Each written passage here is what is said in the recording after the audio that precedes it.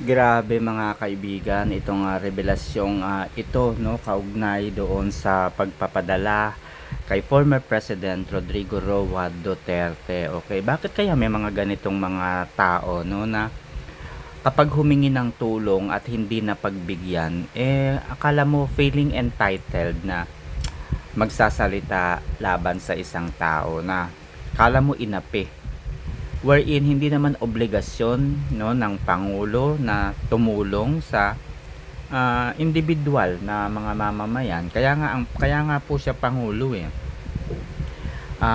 hindi lamang po isang tao yung kanyang tutulungan, a group of people, no, mga mamamayan yung tutulungan niya.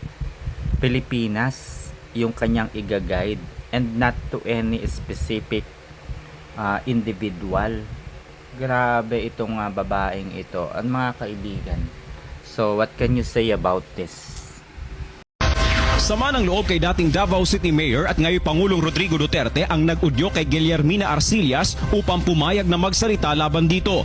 Ayon kay Arcillas, hindi na-aksyonan ng Pangulo ang inilapit niyang problema at nasilaw na rin umano siya sa malaking halagang iniaalok sa kanya.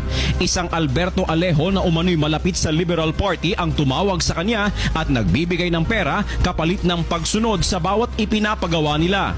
So sabi nila sa akin, katulad ng inano nila kay Las Cañas, kung makaupo kami ng Senado, 500,000. Pag makarating na doon sa ICC, another 500,000.